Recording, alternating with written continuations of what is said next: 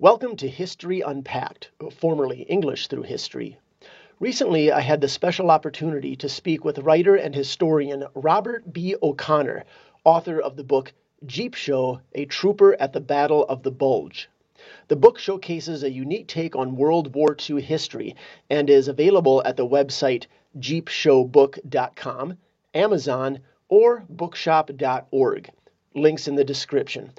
In our interview, Mr. O'Connor talked about just what a Jeep show was, the Battle of the Bulge, assorted bits of World War II trivia, and the life of black soldiers during the war, among many other things. A quick note. Some listeners may notice a bit of distortion with the sound quality. This is my fault, and though I checked the settings beforehand, a few unresolved technical issues got in the way. That being said, it's a great interview, so definitely give it a listen. Bob starts by giving an overview of his book. The main character of Jeep Show was inspired by an actual person. I was researching a second nonfiction book, and I came across the story of a real person named Jim Hetzer. And Jim Hetzer has died a long time ago, but I managed to get in touch with one of his daughters. She said, "Were you aware that my father was an enlisted entertainer in World War II?" And I said, no, tell me about that. I didn't know there were enlisted entertainers in World War II.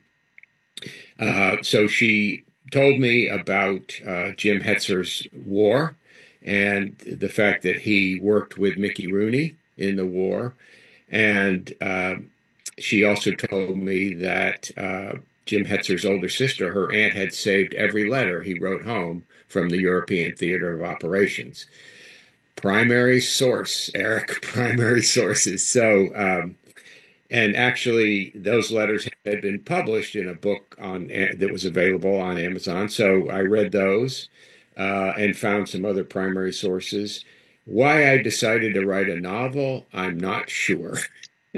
um, perhaps it was just the challenge. I knew I wanted to involve the Battle of the Bulge, the largest battle ever fought by the United States Army.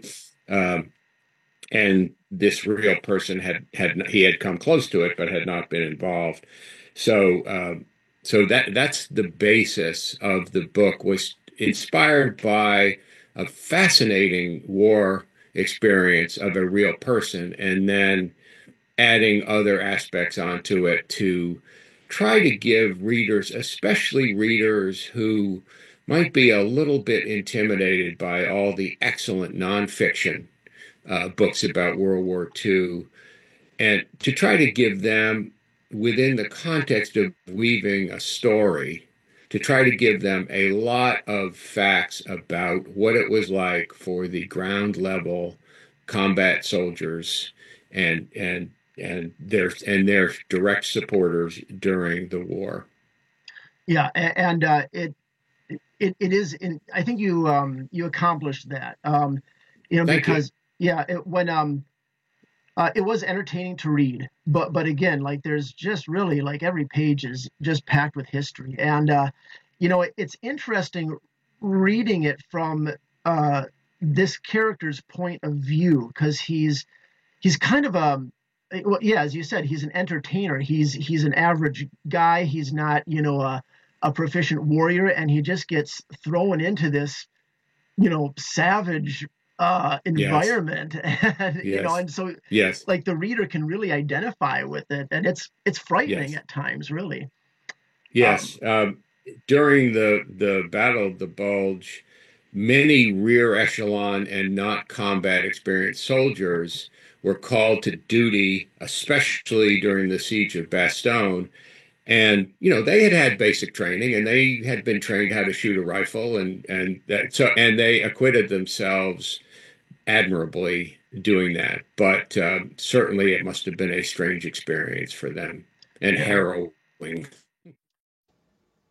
I then went on to ask Bob exactly what a Jeep show was. He explained that while the military employed special troops for the purposes of putting on shows for the morale and entertainment of other troops, Some areas were too dangerous for a typical show. To this end, they deployed small groups of entertainers in jeeps, jeep shows. These men would risk their own lives for the morale of U.S. troops.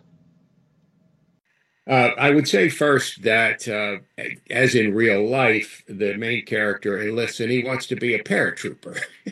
He wants that glory, and the Army had classification tests, and they quickly dismissed his idea of being a paratrooper. And based on his show business experience, his minor league show business experience, I should add, they give him a military occupation specialty 442, which is entertainment specialist. The Army did quite a bit of morale related programs. For rear echelon soldiers, especially soldiers in training camps in the US, they were trying to keep the soldiers from getting completely bored, going off base, going to bad parts of neighboring towns, and coming back in trouble. And then for combat soldiers on the front lines, they developed Jeep shows. And Jeep shows were actually developed by a famous Broadway director named Joshua Logan. Joshua Logan directed South Pacific, among other huge hits. Gifted man. He was, I believe, a major in the Morale Corps, which is the structure that these enlisted men were in. They came over as part of a big show with an orchestra and a big cast, and they got to Paris, and the Army, as it often does without telling them, broke up the show and put them all in Jeep shows. The concept of Jeep shows was combat infantry soldiers do not get USO shows. They don't get Red Cross donuts and coffee. It is too dangerous and too far away. The only way to reach them with live entertainment would be to put, as they did, put three of these enlisted entertainers in a Jeep and drive them up to half a mile behind the front lines. And these combat troops would rotate out for a hot meal, possibly even a uniform exchange, and they'd get this live show. And there's something very, very important to people under duress, such as combat infantry, with live entertainment, because when you're in combat infantry, usually you're far in advance of most of your colleagues. You're under great duress, the threat of wounds and death. You're usually in great discomfort. You're on the front lines. You're sleeping on the ground. You're eating K rations for the most part, which are very boring after a while. So the idea of physically showing up and being there is a big morale boost. And they loved the show. The show was sort of a variety show based on vaudeville. So, the main character is in a Jeep show squad with Mickey Rooney, which reflects what really happened. And they sing. There's a company of soldiers, 90 or so soldiers watching, and they'll sing some songs. They'll tell some jokes.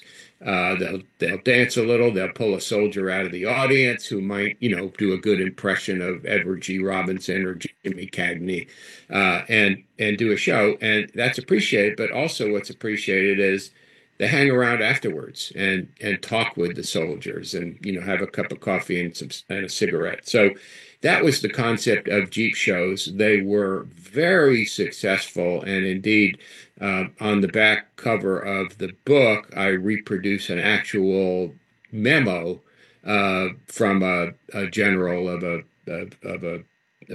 several divisions who is saying, these were great, much appreciated. Please send us more. So it turned out to be a very successful concept.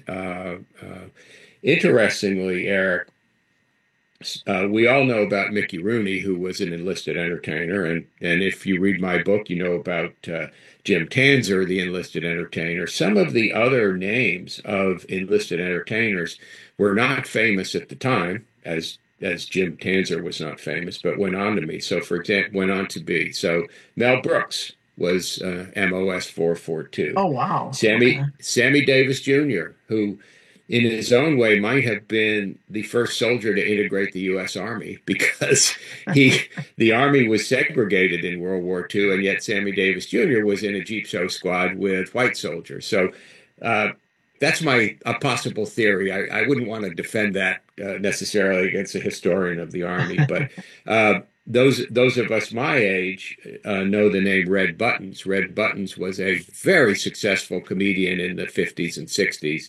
He was an unknown entertainment soldier during the war. Burt Lancaster, Dick Van Dyke, Burl Ives, Joey Bishop. So it turned out to be sort of the minor leagues from which sprung some very notable entertainers after the war. One soldier employed as a Jeep Show entertainer during the war was Mickey Rooney, a cornerstone of Hollywood. I asked Bob to give us a little more background about this legendary icon, after which point we returned to the topic of Jeep shows. Mickey Rooney was the number one worldwide box office star in 1938 and 1939. His main vehicle were these Andy Hardy movies, a series of movies where he played a precocious, talented teenager. Mickey Rooney was 5 feet 1 inches tall and did very well in teenage roles into his mid-20s. But he also played more serious roles, and several of his directors said that he was the most talented actor they had ever worked with. My opinion, I've researched that part of his career, is he was a genius. Like many geniuses, he had incredible areas of weakness, and his weakness was his life off the movie set was a full-on 10 out of 10 scale party at all times. And eventually I think that caught up with him. He enlisted in early 1944 under some pressure. By that time, male celebrities of draft age were under some pressure to enlist. Importantly, though, and I'm full of respect for Mickey Rooney, he could have done his service at the Hal Roach Studios in Hollywood. Important work doing films for the Army or the Navy. Lieutenant Ronald Reagan did his service at Hal Roach Studios. This would have been about 10 minutes from Mickey Rooney's home in Hollywood. He chose to go overseas. He didn't know he would be doing Jeep shows because, when they went overseas, as I said, they were with one big show called Hip Hooray. But he chose to go overseas. In my mind, I think he was trying, perhaps unconsciously, to get away from the somewhat ruinous life that he was living. But, to get back to your main point, he was a gigantic worldwide star when he was in the Army. Now, his star had probably started to fade a little. He did joke that, after he felt he was too old to play a teenager, he said, "I'm too short to be a leading man and too tall to be a producer." And that was a joke, but facing a very real career problem, which was he was not ever going to be a leading man. Interesting. Yeah. And and as you said, he does show up in the book a few times. And I really liked reading his lines of dialogue Yes. because they're legitimately funny. We'll talk about the dialogue a little bit later if we have time. But so now these Jeep shows were, it seems like they were pretty dangerous for the performers, right? Because they were right there on the front lines, huh? They were within artillery range, certainly, and sniper range. There's an example in the show where one of the officers of a unit they're visiting asked them to keep moving because of the possibility of snipers. So, yes, they were not, until the Battle of the Bulge, caught everybody up. they were not at the front line, firing weapons at the enemy, but they were within artillery range. And driving around in the Jeep, especially at night, there was some danger of German saboteurs and infiltration. So yes, it certainly was risky. Not as risky as being a combat infantry soldier, but for an entertainer, yes. Yeah, and do you think has there ever been any sort of a portrayal of these Jeep shows in like media, other books, movies, that sort of thing, or do you think your book is pretty much the first example to kind of touch on this topic? Well, I think it is. And I have talked to in the course of writing this book and then promoting it. I've talked to many people who study World War II and who are deeply interested in World War II. And to a person, they are all surprised to learn about the existence of Jeep shows. So I think it is the first book to deal with it. It's a fascinating topic because it involves 20th century show business with, of course, the huge event of World War II. But I have not run across another person that knows about it. Bob's book is not only a history of the Jeep Show, but also of the Battle of the Bulge, the largest single battle of World War II. In fact, this winter marks the 80th anniversary of this important conflict. Let's listen. One thing we have to understand is it occurred over an 84-mile front of mostly Luxembourg and Belgium. It is the largest battle ever fought by the U.S. Army. It was launched by the Germans on December 16th, 1944. It was in many ways a desperate gamble by Hitler to change the course of the war, which by this time it was very clear that Germany was going to lose. So Hitler's plan was to launch a surprise attack west and divide up the American and British armies, recapture the crucial port of Antwerp in Holland, and then get a negotiated peace with the theoretically demoralized Allies so that Hitler could turn all his forces to the east to resist the Soviets, who were inexorably heading towards Berlin. Hitler's top generals did not like the plan, disagreed with it, asked for a smaller, achievable plan. The plan was audacious and probably had about a 3% chance of succeeding. By September of 1944, the American armies and the British Army had advanced further and faster than was planned and were literally on the German border. There was a very bloody stalemate, if you will, fought at the Hurtgen Forest with the Germans, which is in the Ardennes as well. By mid-December 1944, the U.S. First Army had four divisions spread along the Luxembourg and Belgium border with Germany. Theoretically, they were there to, guard the border. We were not planning on further attacks until after the winter. They were spread very thin. A couple of the divisions were very inexperienced. A couple of the divisions, particularly the 28th Infantry Division, had been at the Hurtgen Forest and was essentially resting and refitting in what was thought to be a quiet sector.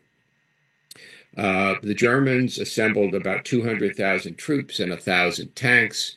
They managed to keep it reasonably secret. The specific attack was not expected and certainly not in that strength. There were about 83,000 American soldiers in the area.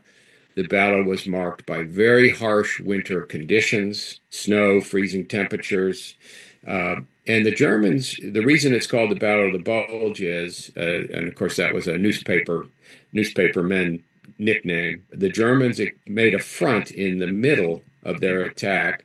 About they got about 50 miles west.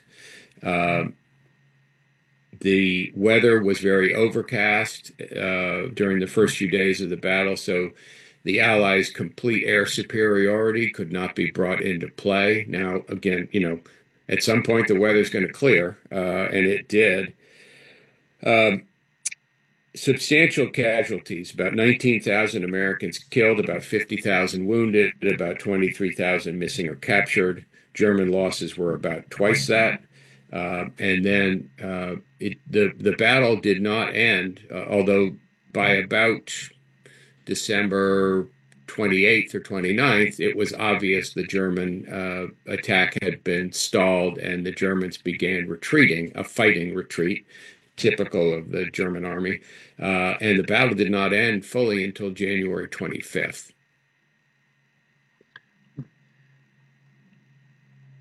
All right. Yeah. So the Battle of the Bulge actually happened around, the time it is now, right? This is Yes. We're doing this interview Yes. in January. So, Yes. and I believe we're currently celebrating like the anniversary of the Battle of the Bulge at this time. Yes, Is that it's right? the 80th. This year would be the 80th anniversary. And there are, one thing that's interesting is many World War II veterans were present in some way at the Battle of the Bulge because it was the largest battle ever fought by the U.S. Army. So there are still a few living veterans who were involved in the Battle of the Bulge. And I know I was talking to one of them that went to Bastogne this year. Wow. And was celebrated and honored at Bastogne. The civilians of Belgium and Luxembourg in particular remain deeply grateful to the United States Army for pushing the Germans out of their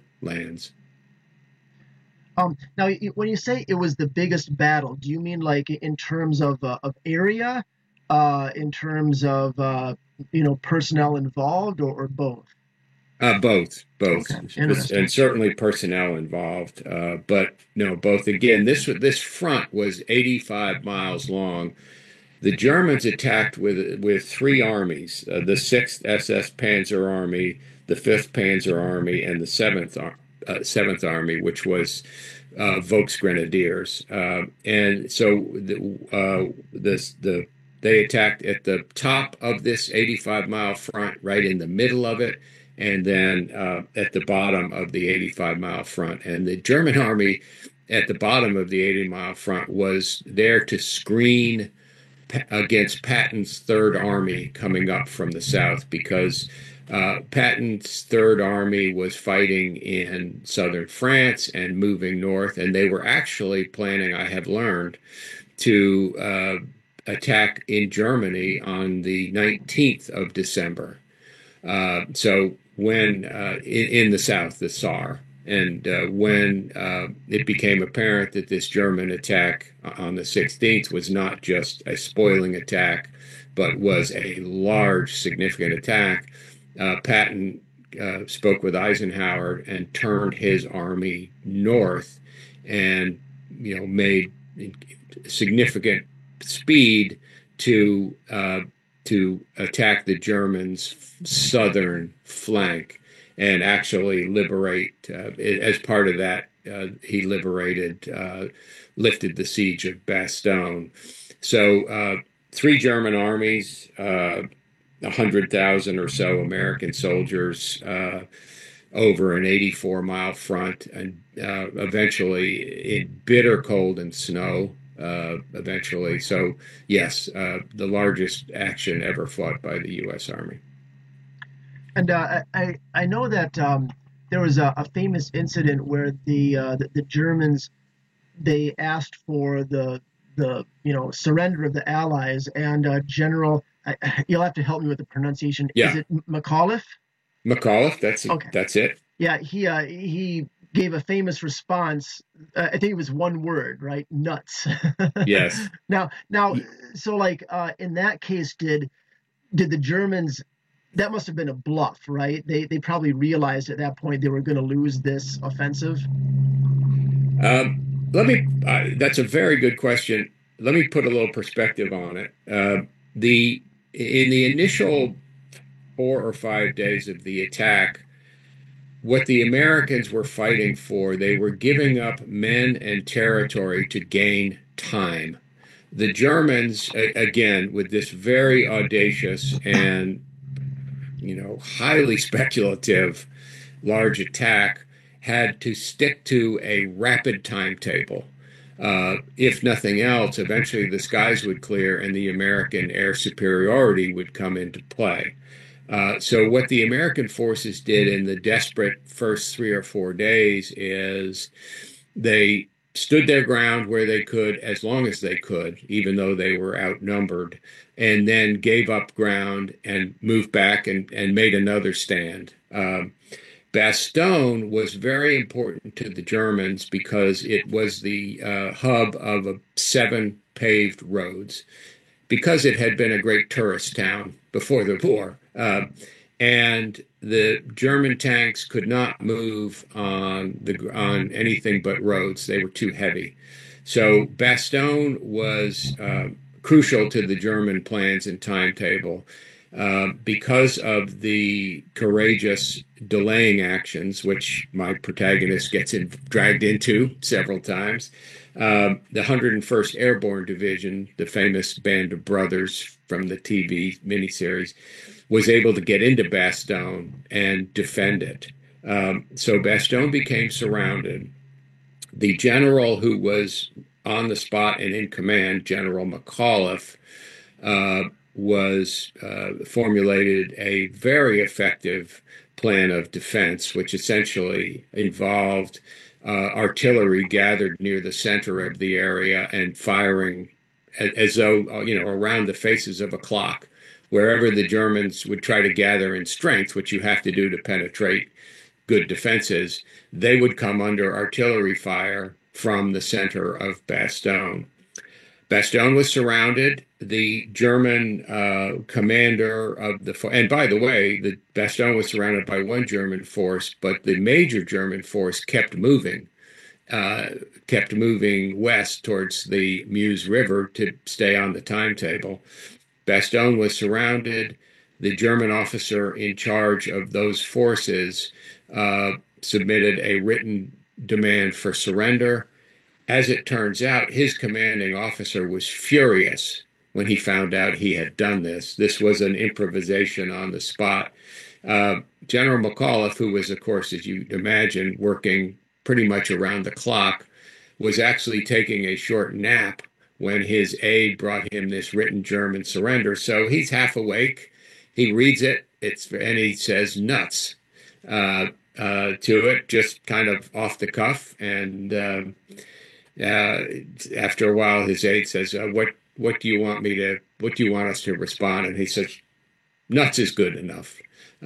So that did actually happen, and that's how it came about. And Bastogne was a very important disruption of the German timetable.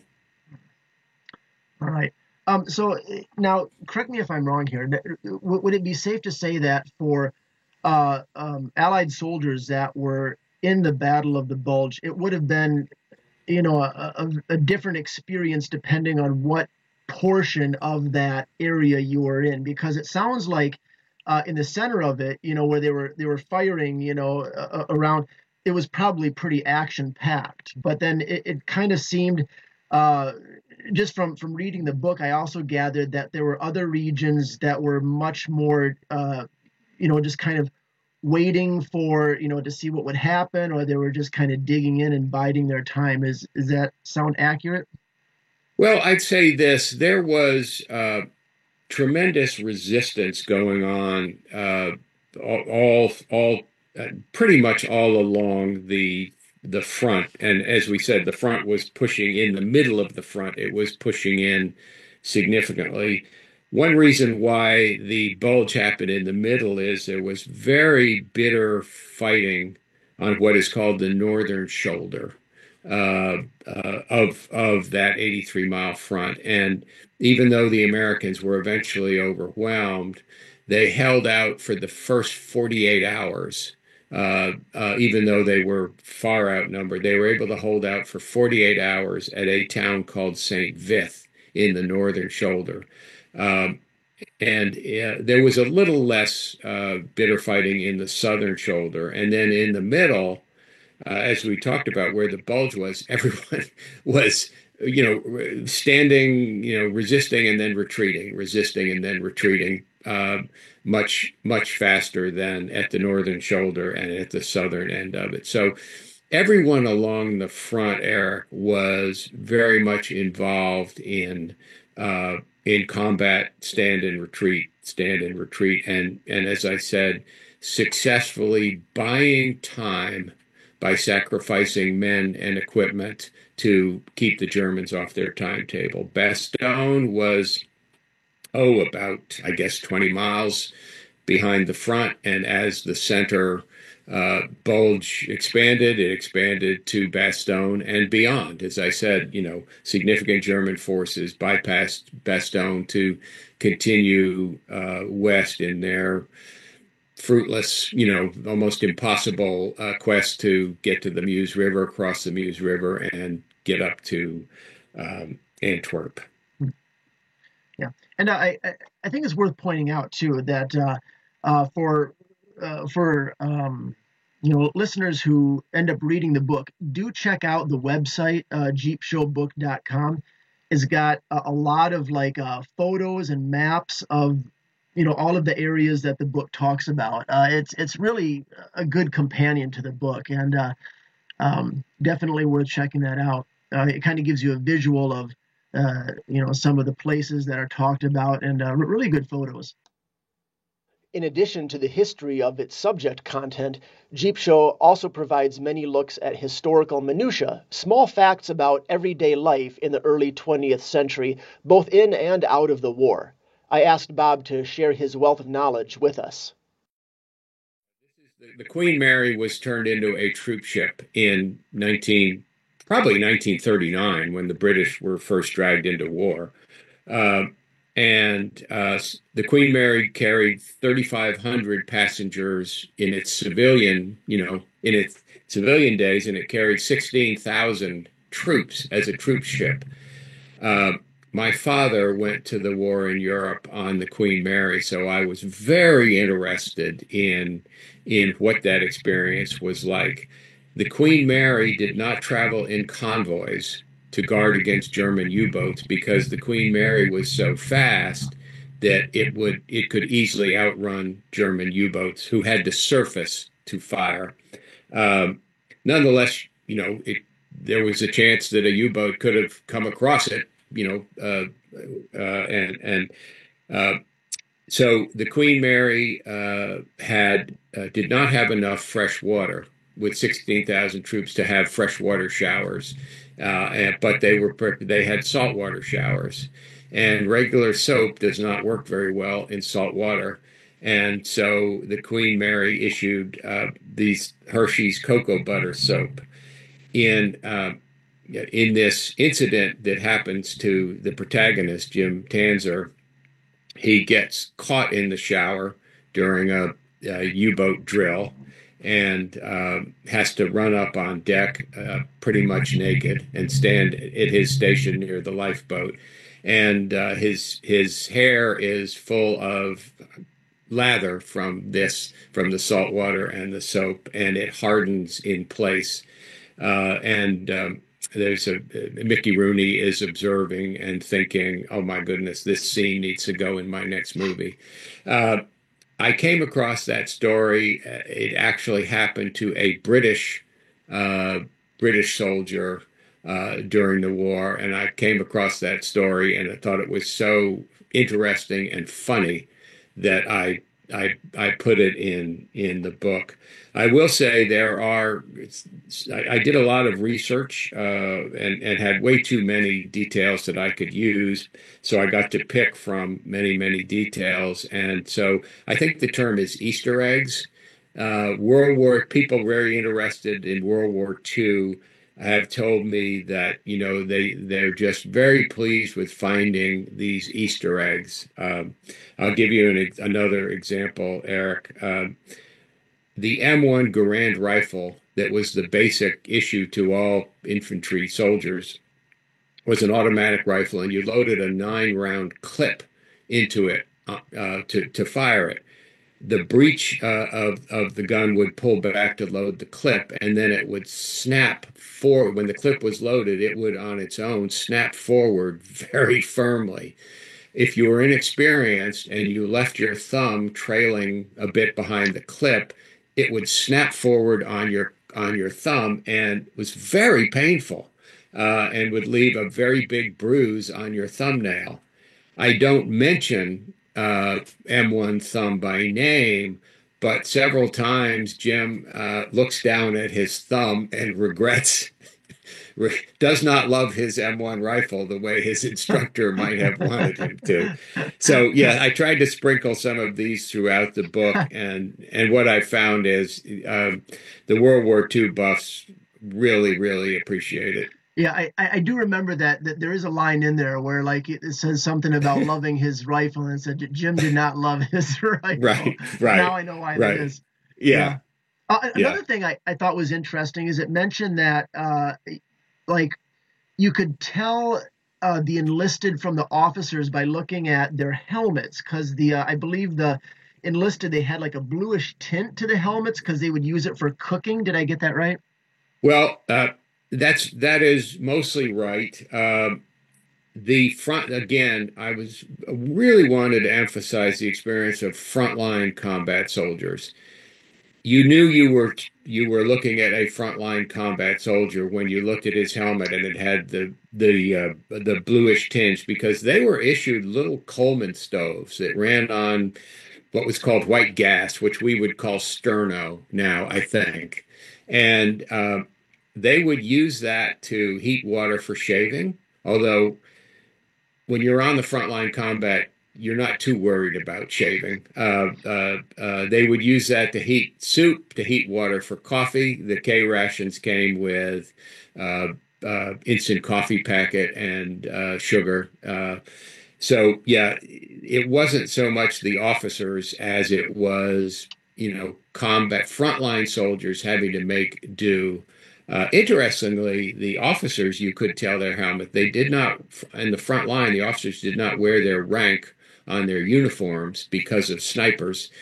So a lieutenant has 2 bars normally on his shoulder, 2 gold bars. There would be 2 white short stripes on the back of the lieutenant's helmet to indicate his rank, but no other signifiers. Well, so one other thing too is it might not also be evident to readers that so we talked about Mickey Rooney, right? Yes. A real person. Jim Tanzer, who not based on a real person. Yes. But there are a lot of other characters that kind of come and go that readers might not realize were real people. Like, for example, I think they're in a tavern, and there's an accordion player named, is it Gypsy Rose Blanchard?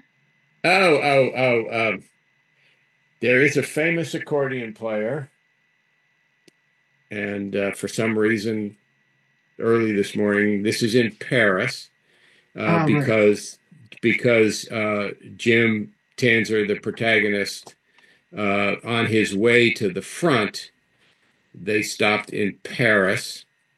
Let me just get this. Gypsy Markov, Markoff. Yeah, why did I say Blanchard? Yeah, Markov. Yeah.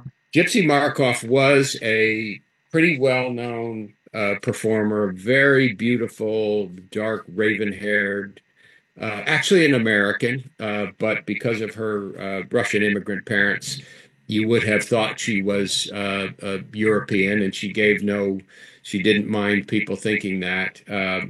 A real person, did USO performances during the war, was actually in a very bad plane crash during her service in Europe, and lost the use of several fingers on her keyboard hand. I think that is the left hand for most accordionists, and yet was still an excellent, excellent performer. Yes.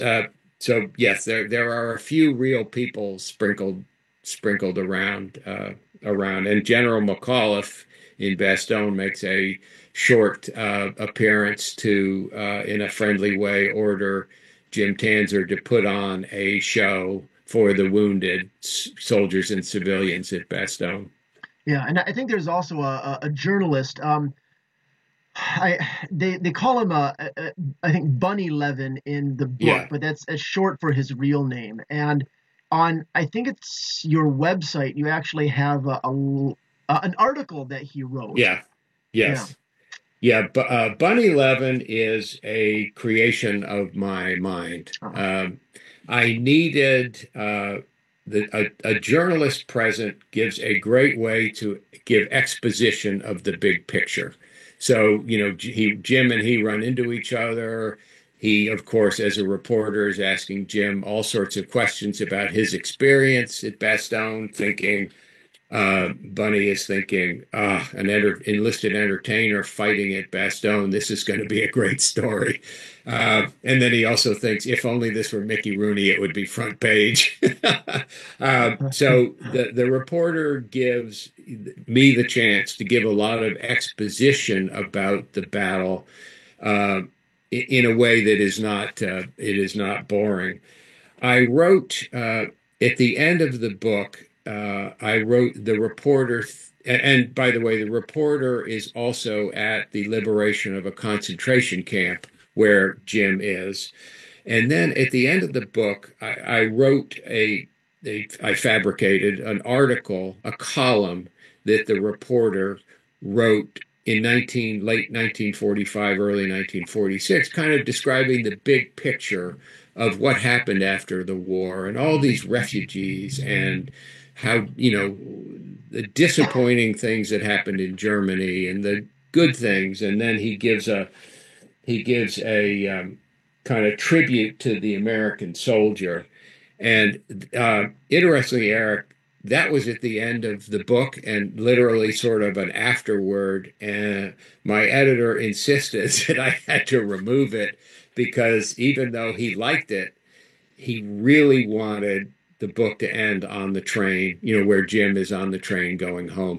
So I stuck it on the website, and I made it look as much as possible like an original typed document for authenticity. But I just made that up. I uh, did so much research that I just had to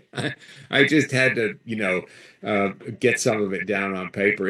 I think it's a very good overview on how a war correspondent would look back on the war, the positive things and the disappointing things that happened after the war. yeah, there's a lot of cool touches to the book like that. I also kind of liked the little kind of excerpts from the uh, I think you call it the Morale Corps handbook, Yeah. and of Yes. course, I think those are also, your own writing, basically, right? Well, Eric, I will tell you, I actually came across, speaking of primary sources, the actual manual for the Morale Corps for these entertainment soldiers. And it dealt with Jeep shows and it dealt with what were called soldier shows, where they would, in the rear echelons, they would put on amateur shows with a soldier crew and a soldier cast. So I had this book. Uh, to go by. And so I selected excerpts from it, often edited it, but those were not creations completely out of my mind, as was the war correspondence Oh yeah, yeah, those are writing. interesting to read too. Like I Yeah. think there's one in there about the handling of human remains, like what they Oh come. yes, that was a different manual. That was the soldiers that dealt with the dead were. It was called Graves Registration, and a very difficult job recovering bodies. And I found the manual, the 1944 Graves Registration Manual, and it was absolutely harrowing to read. But I did excerpt parts of it just to give readers, especially readers that aren't aware of of this, just to give them that insight into the efforts it took to deal respectfully with all the dead. And there were so many, so many. Yeah. Um, yeah, really lots of kind of interesting touches like that in the book. Well, let's see here. What else? So, yeah, I mentioned the dialogue earlier. I wanted to talk about that a little bit. How did you go about writing the dialogue? Because, like a lot of people don't realize, um, it's surprisingly difficult. When we think about writing and stuff, we always think about the plot, development and this and that, but it's like, uh, getting realistic speaking for people of that time period is surprisingly hard. Yeah. How did you come up? And there is a lot of really good dialogue in this. It's not just facts and things like that. It's people interacting with each other.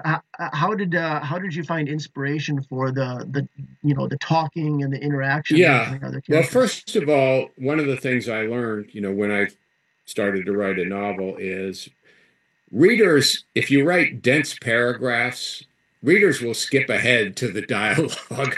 So, I tried to convey a lot of the important information and emotions via what characters said to each other. Um, I wanted it to be authentic, or at least symbolic of how people talked in the late 30s and early 40s, and especially in the Army. I collected slang from that period the way you might collect stamps or coins. I just, as I would run across slang in my reading, I kept a list of it. Secondly, I watched several movies from the period, and I read several books from the period. In particular, uh, the detective books about Philip Marlowe. One of them is the famous The Big Sleep, which became a Humphrey Bogart film.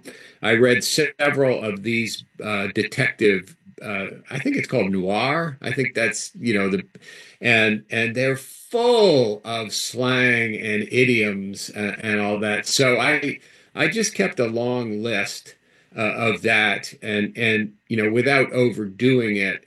I put them in the dialogue, and if there was one word that came through to me as the way people talked back then, the word swell, swell.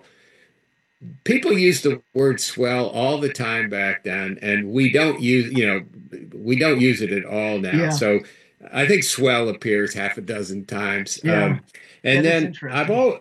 I've always I lived in England for a year, and I've always kind of had an ear for, and then English accents. So there are several times with crew members on the Queen Mary troop ship, and other times where I'm able to pick up on a Cockney accent. And for me that was fun and interesting to put in.